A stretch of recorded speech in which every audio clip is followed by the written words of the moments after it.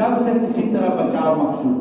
ہم جاتے ہیں راستے میں چندہ دیجیے ہے کہ نہیں, جب پروگرام ان کا ہوتا ہے تو میں تو کہتا ہوں کہ بھائیو اگر تم ایجوکیشن کے لیے مانگو, پڑھائی کے لیے مانگو تو میں دیتا ہوں, لیکن اس کیندر بندو پر بالکل جو اصلی نقطہ ہے تمہارا اور ہمارا اختلاف کا, مورتی پوجا, اب اس کے لیے ہم اس کو مجبور کرو گے تو ہم اس کے لیے تیار نہیں. ہاں جا پاکستان چل جا, یہی جواب ملا تھا ادھر جانے کے بعد. تو اب وہاں الجھنا نہیں ہے, عیسائیت کی روشنی میں الجھنا نہیں ہے, اکیلے ہیں آپ جو ہے چل دیجیے, الجھاؤ نہیں کرنا ہے. ہاں اس سے بھی آگے بڑھ کر کے اگر وہ مجبور کرتا ہے نہیں کہو کہ ایک خدا نہیں ہے انیک خدا ہے. تو ہم لوگ حدیث پڑھے تھے کتاب التوحید میں کہ اگر ایک آدمی اس پر جان دے دیتا ہے, پتا نہیں میں کبھی نہیں کر سکتا ہوں کہ بہت سارے خدا, تو بغیر حساب و کتاب کے وہ جنت میں جائے گا. اور اگر وہ گلے سے اوپر کہہ دیتا ہے, زبان سے دل سے نہیں, تو اس کے لیے چھوٹ ہے, کوئی دقت نہیں ہے, وہ اپنی جان بچا سکتا ہے. جس طرح دوسری آیت میں ہے کہ یہ چیز حرام ہے اللہ منستور وغیرہ باقی منال, مگر جو کہ مشکل میں بغیر بغاوت کیے ہوئے قرآن کی آیت سے اللہ کے قانون سے اگر جان بچانے کے لیے کھا لیتا ہے تو ہمیں جائز ہے. یہاں اللہ تعالیٰ نے گنجائش نکالا. تیسری آیت ایک اور ہے کہ یا ایھا الذین آمنوا لا تتخذوا آباءکم واخوانکم اولیاء ان استحبوا الکفر علی الایمان. اے ایمان والو تم اپنے باپ کو اپنے بھائیوں کو دوست نہ بناؤ اگر وہ ایمان پر کفر کو پسند کرتے ہیں, ایمان کو چھوڑتے ہیں اور کفر کو پسند کرتے ہیں. وَمَن يَتَوَلَّهُم مِّنكُمْ فَأُولَٰئِكَ هُمُ الظَّالِمُونَ. اور اگر ان کو دوست بنا لیا تو دوست بنانے والے ظالم ہیں. قُلْ إِن كَانَ آبَاؤُكُمْ وَأَبْنَاؤُكُمْ وَإِخْوَانُكُمْ وَأَزْوَاجُكُمْ وَعَشِيرَتُكُمْ وَأَمْوَالٌ اقْتَرَفْتُمُوهَا وَتِجَارَةٌ تَخْشَوْنَ كَسَادَهَا. کہہ دیجئے کہ اگر تمہارے باپ, تمہارے بھائی, تمہارے بیٹے, تمہاری بیویاں, تمہارے پورا خاندان, تمہارا وہ مال جس کو تم لوگوں نے اچھی طرح کمایا ہے, ایسی تجارت جس کے مال پر جانے کا تمہیں ڈر ہو, وَمَسَاكِنَ تَرْضَوْنَهَا, اور ایسی بلڈنگیں جن کو تم پسند کرتے ہو, احب الیکم من اللہ ورسولہ. یہ ساری چیزیں اگر تم کو اللہ رسول کے مقابلے میں زیادہ معلوم ہے اور جہاد فی سبیلہ اور اس کے راستے میں جہاد سے زیادہ معلوم ہے, فتربصوا حتی یأتی اللہ بأمرہ, تو انتظار کرو یہاں تک کہ اللہ تعالیٰ اپنے عذاب کے ساتھ آ جائے.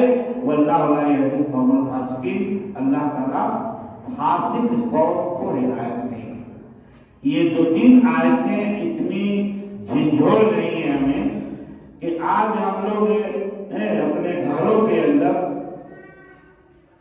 ایک جو گارجین ہے وہ کئی حالات سے دو چار ہے. بیٹا بیٹی کو کہہ رہا ہے کہ نماز پڑھو اور وہ الٹے آنکھ دکھا چھاتی پہ چڑھنے کے لیے تیار ہے, ہم نہیں پڑھیں گے, آپ کیا کر لیجیے. پڑوس میں کہیں بھی برائی دیکھ رہا ہے وہاں پہ جو ہے انگشت نمائی کر رہا ہے, الٹے جو ہے کیس مقدمہ پہ اللہ دیا جا رہا ہے. معاشرے کہانی ہے. اگر اس آیت کی روشنی میں, یہ جو بیچ والی آیت تھی سورہ توبہ کی, نازل ہوئی تھی کب کہ جب غزوہ بدر میں 70 قیدی پکڑ کے لائے گئے تھے, اس میں نبی پاک صلی اللہ علیہ وسلم کی رائے یہ تھی کہ ان کو فدیہ دے کر کے چھوڑ دیا جائے. ان میں سے پڑھے لکھے جو لوگ تھے ان کو پڑھانے میں بھی لگا دیا تھا نبی صاحب نے. آپ کی رائے تھی, ابو بکر رضی اللہ عنہ کی یہی رائے تھی. لیکن حضرت عمر فاروق رضی اللہ تعالیٰ عنہ نے کہا کہ نہیں, جس کا جو قریبی رشتہ دار ہے, اقرب ہے, اس کے حوالے کے لیے وہ اس کا سر قلم کرے. اور میدان بدر کے اندر ابو عبیدہ بن جراح رضی اللہ تعالیٰ عنہ, جراح جو ان کے والد کا نام تھا, وہ بالکل کئی بار ابو ہریرہ رضی اللہ عنہ پہ حملہ کیا، لیکن تھوڑی سی محبت کام آ جاتی تھی کہ کیسے باپ پر تلوار چلائے، کچھ کرنے کا کے نکل جاتے تھے، لیکن آخر میں امین الامہ ابو ہریرہ بن جراح رضی اللہ عنہ نے باپ کا کام تمام کر دیا۔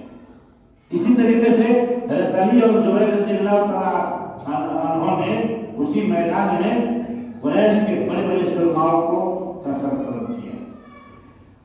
ان واقعات کی روشنی میں ابھی 2-3 آیتیں اور آپ کے مجھ سے گزار کر دوں کہ یا ایھا الذین آمنوا آمنوا، اے ایمان والو ایمان لے آؤ۔ ایک اور آیت ہے کہ یا ایھا الذین آمنوا ادخلوا فی السلم کافہ، اے ایمان والو اسلام میں مکمل طور سے داخل ہو جاؤ۔ ظاہر سی بات ہے کہ کھانا جو آدمی کھا لیا ہو اور اس کو کہا جائے کہ کھا لو، تو یا تو اس کے اندر کا حال معلوم ہوگا تو ہم ہمدردی میں کہیں گے کھا لو، اور نہیں تو پھر مذاق کے سوا کوئی چیز نہیں ہے۔ کھانا کھا لیا ہے تو پوچھ رہے ہیں کہ چلو کھائے گا بھی نہیں ہمارا بچ بھی جائے گا، لیکن اللہ رب العالمین جب کہہ رہا ہے ایمان والو ایمان لے آؤ، اس کا مطلب ہے کہ ہمارا ایمان ناقص ہے نہیں، اب پورا داخل ہو جاؤ۔ یہودیت سے عیسائیت سے جو لوگ اسلام میں داخل ہوتے تھے تو وہاں پہ جو وہ عمل کرتے تھے بعض چیزیں منسوخ ہو گئی ہیں، بعض کو اسلام نے رائج رکھا۔ اب بعض چیزیں جو اسلام میں الگ سے جائز تھی وہ لوگ اس کو کرنے میں تھوڑا جھجک محسوس کرتے تھے، نہیں کریں گے، اتنے ہی پر نوٹس لیا اللہ رب العالمین نے کہ داخل ہو جاؤ۔ تیسری آیت یا ایھا الذین، جو ہر جمعہ کو پڑھی جاتی ہے، یا ایھا الذین آمنوا اتقوا اللہ حق تقاتہ ولا تموتن الا وانتم مسلمون، جتنا کرنے کا آپ نے اتنا کرو اور مسلمان ہونے کی حالت میں مرو۔ اب یہاں سے پھر ایک حدیث سے پہلی کرتے ہیں۔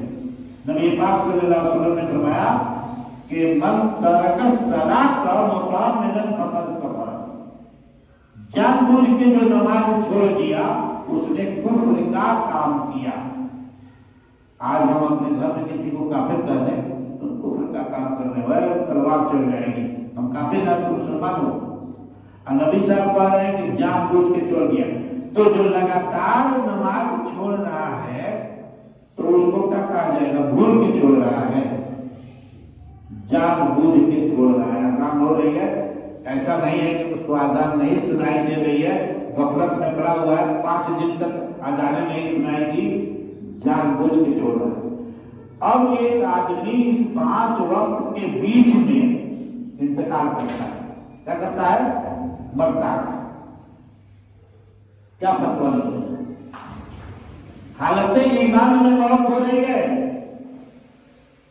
ایک حدیث میں ہے کہ ہین یزنی، زنا کرنے والا جس وقت زنا کرتا ہے اس وقت اس کا ایمان اس کے دل سے نکل کر چھتری کی مانند، صاحبان کی مانند جو ہے اوپر ہو جاتا ہے۔ چور جب چوری کرتا ہے تو اس کا ایمان جو ہے نکل کر کے اوپر چلا جاتا ہے، یعنی ایمان اور چوری گناہ کبیرہ ایک ساتھ اکٹھا نہیں ہو سکتا۔ این اسی وقت میں اس کی موت ہو گئی تو کیا ہوا؟ وہ ایمان تو نکل گیا ہے۔ اب ایسی پوزیشنوں میں جب ہم لوگ جائزہ لیتے ہیں اپنے معاشرے کا تو پتہ چلتا ہے کہ 5% ہم لوگ نمازی ہیں، 95% گھر کے سب لوگ کما کر کے دینے والے ہمارے بیٹے باہر سے نماز کے اوقات میں کما کر جو پیسہ بھیج رہے ہیں، اور اس کے بارے میں ہم کیا پرواہ رہے ہیں۔ ان کے بڑے بھائی، ہمارے بڑے لڑکے تھوڑا سا مبیائے ہوئے تھے، گئے دلی، میں نے کہا کہ بیٹا اگر نماز چھوڑ دیا تو تمہاری 1 روپے کی مجھے ضرورت نہیں ہے، کہیں بھی جائز حلال کمانا ہے تو نماز چھوڑ کے بات کرنی ہے، اس لیے کہ اس کی وجہ سے ہم لوگوں کا سب کمائی جو ہے مخلوط ہو جائے گی، ختم ہو جائے گی۔ فوراً وہاں سے جا کر کے اے سی کا ٹکٹ لے کر کے گئے تھے گھر، آج جب پتا چلا کہ وہاں ڈسٹرب ہے، بھاگ کر کے پھر اپنے لائف پہ آ گئے۔ تو تھوڑا سا ہمارا کہنا فرض تھا کہ نہیں تھا؟ بعد میں جو ہوتا سو ہوتا، لیکن کہا تو اس کا اثر ہوا کہ نہیں اس طرف نہیں کام کرنا، گورنمنٹ میں کام کرنا تھا۔ تو آئیے اب ہم لوگ ان آیات کی روشنی میں ہم کیا کر سکتے ہیں اپنے لیے۔